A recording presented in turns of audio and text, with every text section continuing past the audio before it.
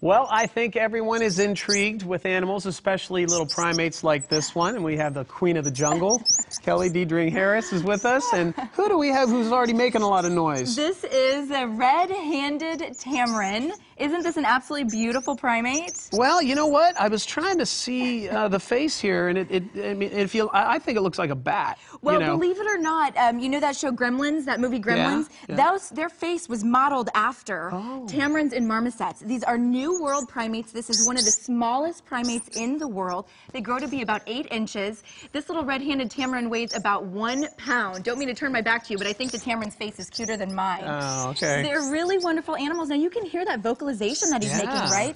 This is just saying, you know, this is a new environment. I don't know what's going on. I'm just going to vocalize, because they're very social animals. So in South America, they would be talking to each other amongst the trees. No kidding. Yes. So now, what do these guys eat? That's a great question. They're what's called an omnivore. That means they eat pretty much everything. You and I are omnivores. We eat meat. We eat, well, we don't eat insects, but this little guy would eat insects, fruits. You know what they really like is gum from trees and sap from trees. They'll actually put little holes in trees and suck it right out of the tree. They love doing that.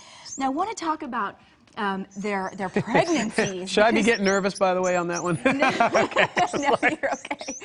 But listen, tamarins and marmosets, and we're going to switch over here in just a second, have twins oftentimes. Now, can you imagine this little animal carrying twins? No. That would be like a 135-pound woman carrying 2 16-pound babies. So they're absolutely magnificent animals. We're going to switch over and grab a marmoset. There you go. Now this one is really has an interesting looking face. Yes, this is a pencilata marmoset. Where are you at there? Isn't this gorgeous? Can you see those tufts of hair right there coming out the side? And it's really soft. Yeah, they're really wonderful animals. I'm kind of like, you know, gingerly here doing this. You're grooming. You're good at that. You're great at primate grooming. Primate grooming. Both the Marmoset and Tamarin came from the Suncoast Primate Sanctuary. It's an organization that rescues animals that don't have homes.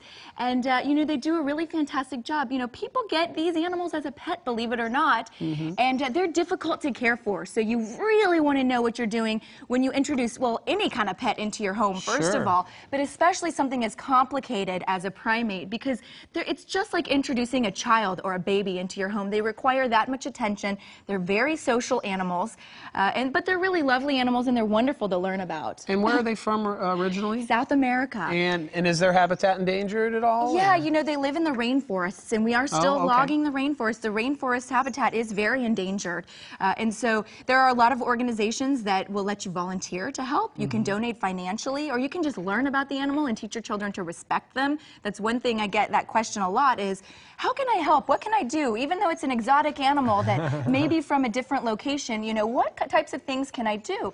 You can volunteer at the Primate Sanctuary or other organizations in your area just like the sanctuary. Yeah, I think people that, you know, maybe have some time on their hands that enjoy primates and or animals, you can volunteer your time. That's right. And go to the zoo. We can promote that as well. I mean, that's a good place to go to check out lots and lots of animals. That's absolutely right. I always encourage people, before you bring anything home or before you decide to get super close to something, learn about it first.